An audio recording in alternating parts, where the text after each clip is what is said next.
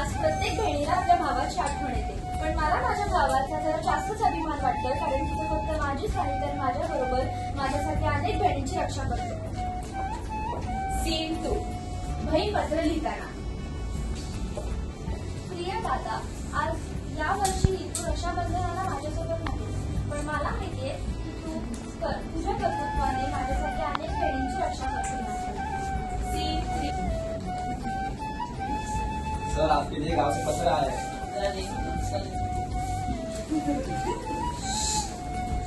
Finally बहिणीची राखी आली, पण हे बघून दुःख होतं की यावर्षी मी तुला भेटू नाही शकतो. पत्र वाचताना भावाला खूप दुःख होतं व त्याला आपल्या बालपणीच्या आठवणी लक्षात येतात. सीन 5. बालपण. हे बघ दादा, मला काय सापडलं. काय? आईने फ्रीजमध्ये लपवून ठेवलेलं चॉकलेट.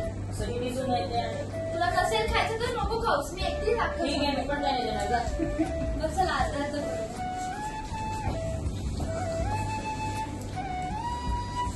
सीन 6. दादा चल, खूप सारा अभ्यास, आता खेळायला जावं. चल मला पकडून दाखव.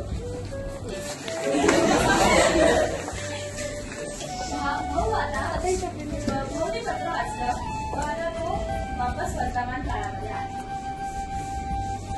आता जनरल ऑफिसर येऊन म्हणतात की आपल्या भारतीय बहिणीचा मस्तेज बनवून ठेवला आहे, तर आपल्या सगळ्यांना त्यांना सोडवायला जायचं आहे.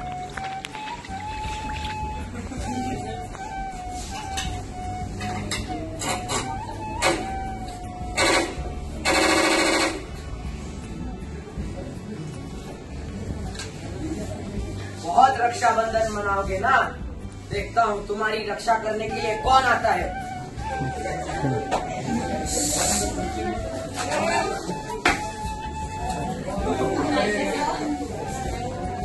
सैनिक सगळ्या भारतीय बहिणींना सोडवतो.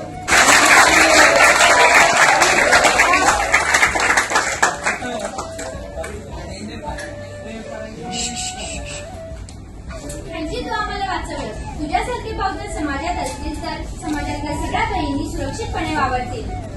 तुम्हाला माहिती नसेल पण खूप खूप वर्ष अगोदर मी आणि माझ्या भावाने तुझ्या बहिणीला खूप त्रास दिला, म्हणजे तू न लक्षात होता तुमची मदत केलास त्याबद्दल. सोड, झालं गेलं तर विसरून जा. तुम्हाला वाचवलं तर माझं कर्तव्य होता आणि ते मी निभवलं. जय हिंद.